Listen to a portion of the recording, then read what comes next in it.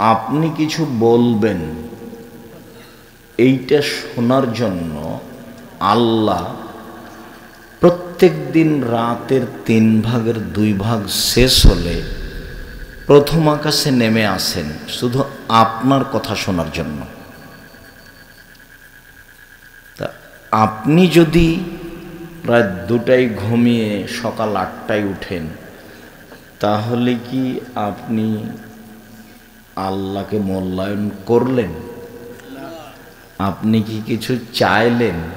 আপনি কি কোনো প্রয়োজনের কথা বললেন? খালি 2 ধরনের জন হ্যাঁ করে তো ঘুরে বেড়া, আর নাহলে অসুবিধা মানুষের সামনে পেশ করা।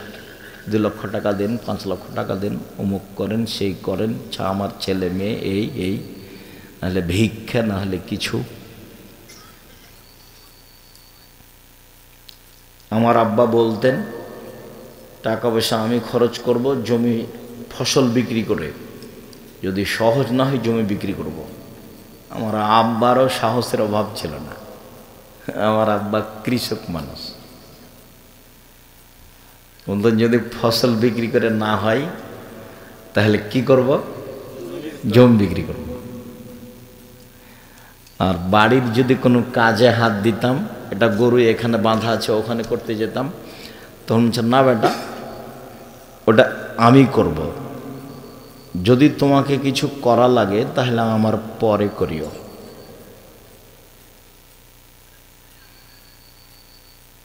আল্লাহুম্মা গফিরলাহ ওয়ারহাম। তো আকাশ থেকে আল্লাহ নেমে আসেন আপনার সাথে কথা বলার জন্য। তাতে তিনি বলেন, কেউ কি কিছু চায়? যে যা চাই তাকে আমি তাই দিব। নেমে এসে তিনি বলেন, কেউ কি আমাকে ডাকে? কারো কি ডাকার প্রয়োজন আছে? কেউ আমাকে ডাকলে আমি তার ডাকে সাড়া দিব। নেমে এসে বলেন, কেউ কি আমার কাছে ক্ষমা ভিক্ষা চায়? ক্ষমা চাইলে আমি ক্ষমা করে দেব। এই 3টা কথা তিনি বারবার বলেন। নিজে সর্বশক্তিমান, তার নাম কাদির। পরাক্রমশালী, তার নাম আজিজ। কাহার, প্রতাপশালী। পৃথিবীর কোনো ক্ষমতা তার কিছু করতে পারে না। পৃথিবীতে আদ সামদ সবচেয়ে শক্তিশালী জাতি কোরআন মাজিদে একাধিকবার উল্লেখ হয়েছে। ফেরাউন সবচেয়ে বড় স্বৈরাচারী নেতা পৃথিবীতে, লম্বা সময় ধরে। তো ফেরাউনের শক্তিকে আল্লাহ বারবার বলছেন যে, ফেরাউন, হামান, শোনো, তোমাদের চেয়ে শক্তিশালী ছিল যারা, তাদেরকে আমি ধ্বংস করে দিয়েছি।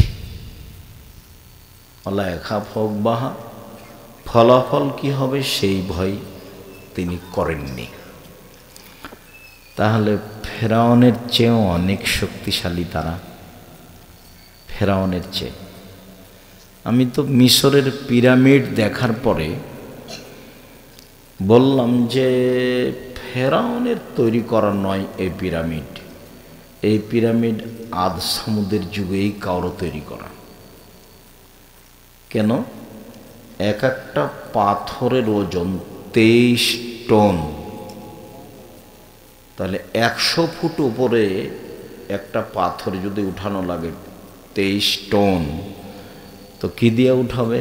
ক্রেন 16 থেকে 17 টন উঠাতে পারে। ক্রেন সবচেয়ে শক্তিশালী যেটা। তো একটা পাথরের ওজন যদি 23 টন হয়, আর সেটা যদি 100 ফুট উপরে উঠাতে হয়, তো কে উঠাবে? তো অবাক কথা নয়। আমার মনে বলে যে ফেরাউনও পিরামিড ঘুরে ঘুরে দেখেছে আর বলেছে এইটা কি, এইটা কি, এইটা বা কি। আমিও ঘুরে যখন দেখলাম তখন আমার মনে হচ্ছে যে ফেরাউন এটাই বলে হবে। কেন? আল্লাহ তাআলা ফেরাউনকে বলছেন যে তোমার চেয়ে শক্তিশালী জাতি আমি ধ্বংস করে দিয়েছি। প্রত্যেক দিন রাতের 3 ভাগের 2 ভাগ পার হলে প্রথম আকাশে নেমে এসে আপনাকে 3টা কথা বলেন। এক, কেউ কি কিছু চায়? চাইলে আমি দিয়ে দিব। কেউ কি আমাকে ডাকে? ডাকলে আমি সাড়া দিব। কেউ কি আমার কাছে ক্ষমা ভিক্ষা চায়? চাইলে ক্ষমা করে দেব। চাইতে শিখুন, ভালো হবে। আর চাইতে শেখাটা একাধিক দিন বলেছি। সুন্দর করে ওযু করবেন, মানে সব অঙ্গ 3 বার করে ধুইবেন। সম্পূর্ণ যখন ভিজে যাবে তখন হলো একবার ধোয়া। ধোয়া জায়গায় পানি দিয়ে ধোয়ার নাম হলো দ্বিতীয়বার ধোয়া। ধোয়া জায়গায় পানি দিয়ে ধোয়ার নাম হলো তৃতীয়বার ধোয়া। একবার কবজি পর্যন্ত ভিজাতে যদি 10 বার পানি লাগে লাগুক, তাহলে 3 বার পানি নয়, 3 বার ধোয়া। কথা বুঝাতে পারিছি কি? তো সুন্দর করে ওযু করে 2 রাকাত সালাত আদায় করবেন। 2 রাকাত সালাত আদায় করে হাত তুলে যদি বলেন যে এখনই দাও, তাহলে এভাবে উঠাতে হবে উপরে। আর যদি চান তাহলে এভাবে উঠাতে হবে মুখের সামনে। এখনই দাও এর নাম হলো ইবতিহাল। খুব কান্নাকাটি করে বিনয়ের সাথে বলতে হবে, হাত উঁচু করে। আর স্বাভাবিক চাওয়া হলো এইটা। প্রথমে ইসমে আজম পড়তে হবে, আল্লাহুম্মা ইন্নী আসআলুকা বিআন্নাকা আনতাল্লাহ লা ইলাহা ইল্লা আনতাল আহাদুস সামাদুল্লাযী লাম ইয়ালিদ ওয়া লাম ইউলাদ ওয়া লাম ইয়াকুল লাহু কুফুয়ান আহাদ। এরপরে দুরুদে ইব্রাহিম। তারপরে আপনার গতিতে আপনার কথা বলতে থাকেন। তুমি এটা আমাকে দাও, আমাকে দিতেই হবে। তুমি দিতে পারো, এটা কেউ পারে না। আপনার বলার গতি যত বিনয়ী হবে, যত চোখের পানি আসবে, যত শক্তিশালী হবে, ফলাফল তত বেশি হবে। আর যদি আপনি মাঝাবি ভাইয়ের মতন করে করেন, আসসালামু আলাইকুম রহমতুল্লাহ, আসসালামু আলাইকুম আলহামদুলিল্লাহ, তাহলে এটি কি দোয়া হলো না মজাক হলো? এই ইবাদত তো আল্লাহ বুঝে না, আমি আর আপনি না বুঝি।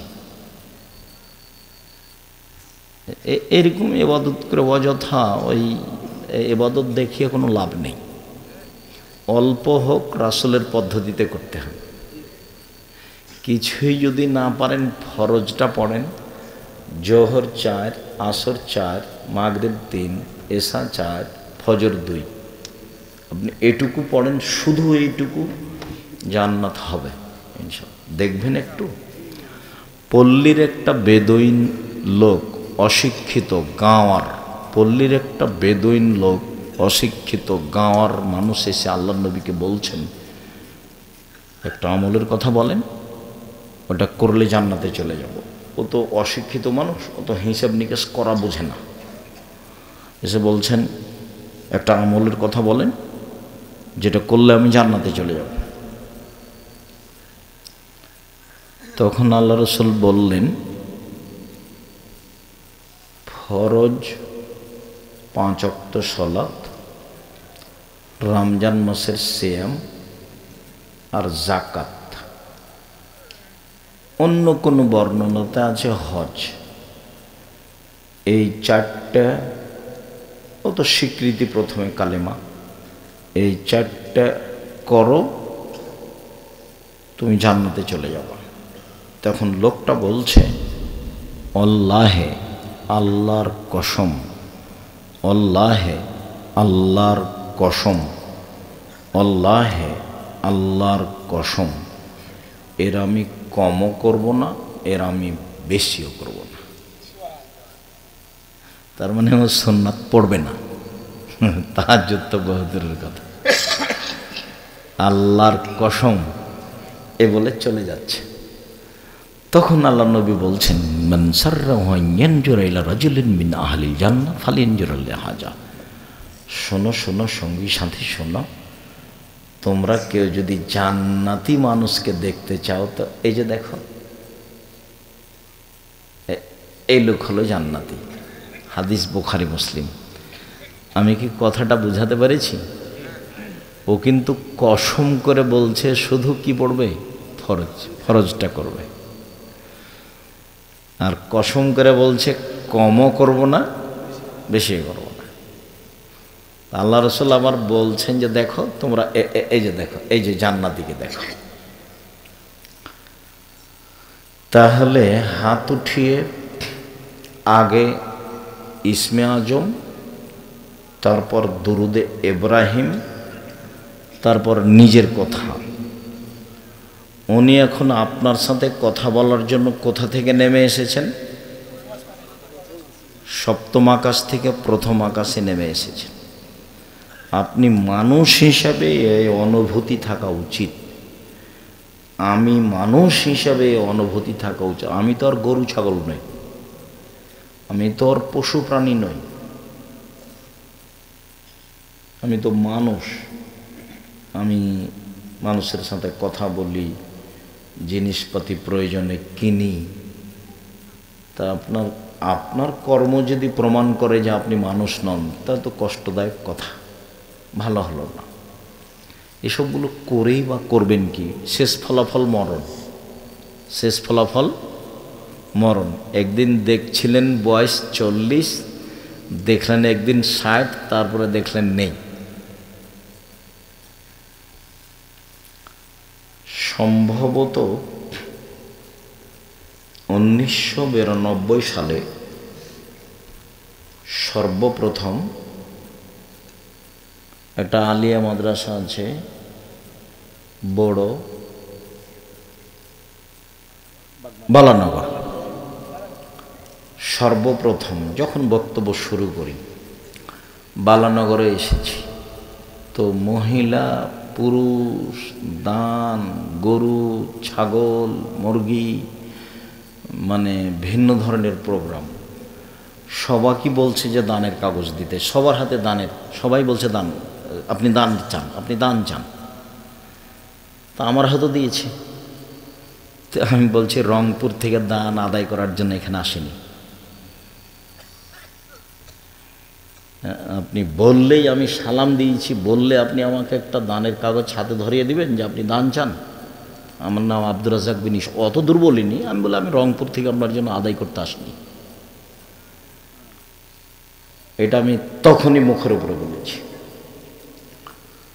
তো দানের পরিস্থিতি দেখে আমি সকালে বললাম, ভাইজান, প্রিন্সিপাল ভাইজান, এসব টাকা আপনি কি করেন? এসব টাকার তো একটা কাজ করতে হবে। আলিয়া মাদ্রাসা তো সরকার বেতন দেয়, 10 টাকা দেয় আর 20 টাকা দেয়, বেতন দেয়। তা আপনি এই টাকা কি করেন? আজও কোনো জবাব দিতে পারবে এরকম কোনো ধারণা আমার কাছে নেই। জামিয়া সালাফে ডাঙ্গিপাড়া পবা রাজশাহী 40 বিঘা জমির উপরে প্রায় সবই কিনা। জামিয়া সালাফের রূপগঞ্জ নারায়ণগঞ্জ প্রায় 100 বিঘা জমির উপরে প্রায় সবই কিনা।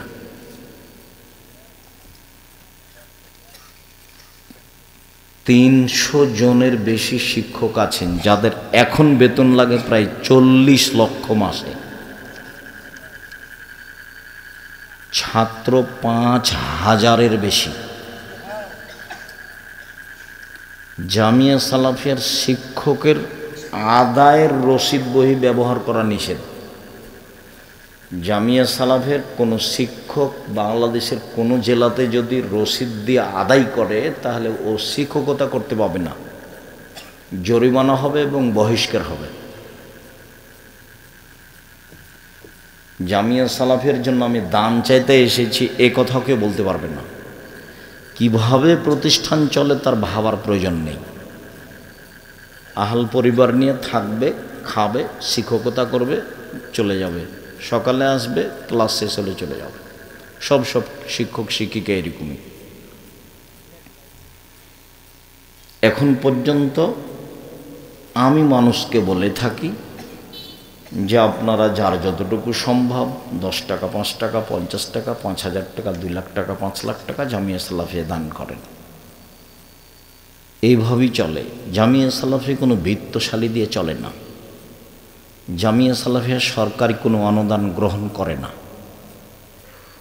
জামিয়া সালাফিয়া সরকারের কাছে কোনোদিন টাকা চায় না, দরখাস্ত লিখে না, আর লিখবে না বলে আমার দাবি যারা পরবর্তীতে আসবে তাদের কাছে ইনশাআল্লাহ। জামিয়া সালাফিয়া বহির্বিশ্বের টাকা দিয়ে চলে না। জামিয়া সালাফিয়া কোনো সংস্থা দিয়ে চলে না। তো কীভাবে চলে? আপনি দেন, আমি দিয়ে, এভাবে চলে। মাসে বেতন লাগে 40 লক্ষ, 519 জন ইয়েতিম আছে। কত? 519 জন ইয়েতিম। সারা দেশ জুড়ে যা জামিয়া সালাফিয়া তা। আল্লাহর রহমতের অভাব নেই। আমিও মাঝে মধ্যে শুকরিয়া আদায় করি, সিজদা করি যে কি ব্যাপার, আল্লাহ ভালো জানে, আমার ত্রুটির কারণে তুমি জামিয়া সালাফের ক্ষতি করো না। আমি জেনে বুঝে কোনো অন্যায় করিনি, এটা আমার ভিতরে বলছে। 10-এর পয়সা আমি খরচ নিজের জন্য কোনোদিন করিনি, এটা আমার অন্তর বলছে। জামিয়া সালাফি এক সন্ধ্যা খেলে আমি তার টাকা দিয়ে দিয়েছি, জামিয়া সালাফি আর আমি খাই না। এরপরেও যদি তুমি অন্তর্যামী বুঝতে পারো যে আব্দুর রাজ্জাক সাহেবের জন্য এটা ক্ষতি হয়ে গেছে, তো তুমি আমার দিয়ে ক্ষতি করো না। আর এই জিম্মেদারি আমি নিইনি, তুমি জোর করে দিয়েছ। আমি এই জিম্মেদারি নিইনি। আমি ডাঙ্গিপাড়াও তো আসতে চাইনি, আমি ওই রূপগঞ্জ নারায়ণগঞ্জ যেতে চাইনি, আমি দিনাজপুরও যেতে চাইনি। এখন জমি আছে চট্টগ্রামে, জমি আছে বরিশালে, জমি আছে ফেনীতে, জমি আছে ময়মনসিংহে, জমি আছে আপনার যশোরে, জমি আছে ঝিনাইদহে, জমি আছে কুষ্টিয়ায়, জমি আছে দিনাজপুরে, জমি আছে বগুড়ায়, প্রায় জেলাতে জমি আছে আপনার ওই কক্সবাজারে, সব প্রায় জেলাতে জমি আছে জামিয়া সালাফের। সারা দেশ জুড়ে জামিয়া সালাফে গড়ব ইনশাআল্লাহ। ইবাদতের জগতে সবচেয়ে দামি ইবাদত সিয়াম, রোজা। এ দিয়ে আল্লাহকে বেশি সন্তুষ্ট করা যায়। আপাতত চলমান সিয়াম শাওয়ালের 6টে, যা হয়েছে হয়েছে। 6টা সিয়াম পালন না করে যেন শাওয়াল পার না হয়, আমার এটা অনুরোধ ইনশাল্লাহ। উপস্থিত বৈঠকের ধিনী বোনেরা আছেন, মহিলারা শোনেন, কয়টা সিয়াম থাকলেন, কি যে করছেন, গল্প করে সময় কাটাচ্ছেন। আমাদের কিছু করার নাই। আপনি আমার দিনী বোন, আপনাকে আমি 2-3টা কথা বলি, দেখেন আমাদের কিছু করার নেই। মহিলাদের জন্য জান্নাত সহজ। আবার আল্লাহর নবী বলছেন যে জাহান্নামের অধিকাংশ মানুষই নারী।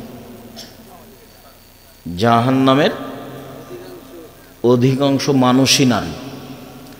আবার বলছেন যে মহিলারা 4টা কাজ করলেই সহজেই জান্নাতে যাবে, যাতে পুরুষের কোনো সুযোগ নেই।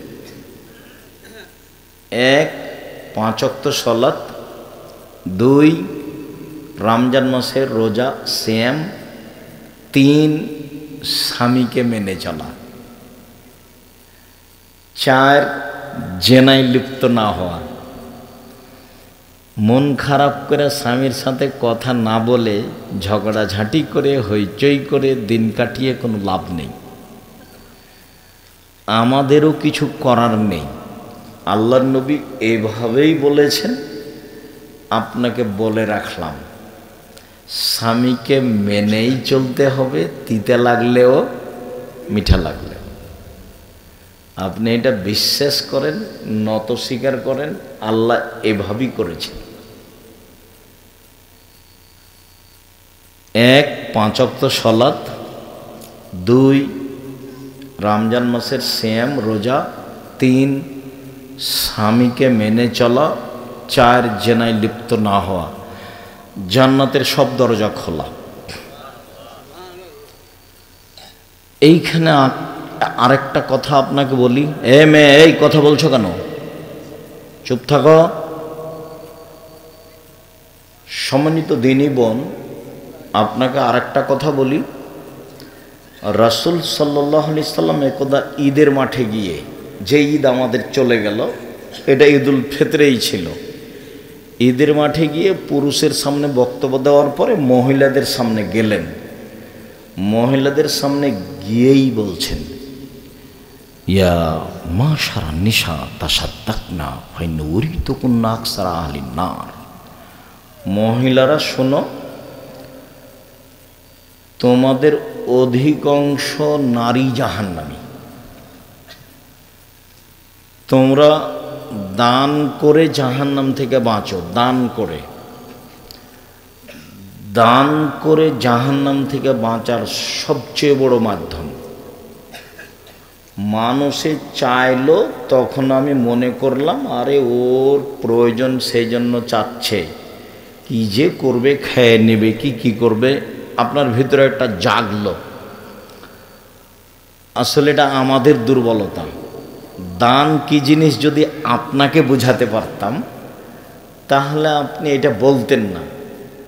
ইবাদতের জগতে সবচেয়ে শক্তিশালী ইবাদত, মানে এর ক্ষমতাই ভিন্ন।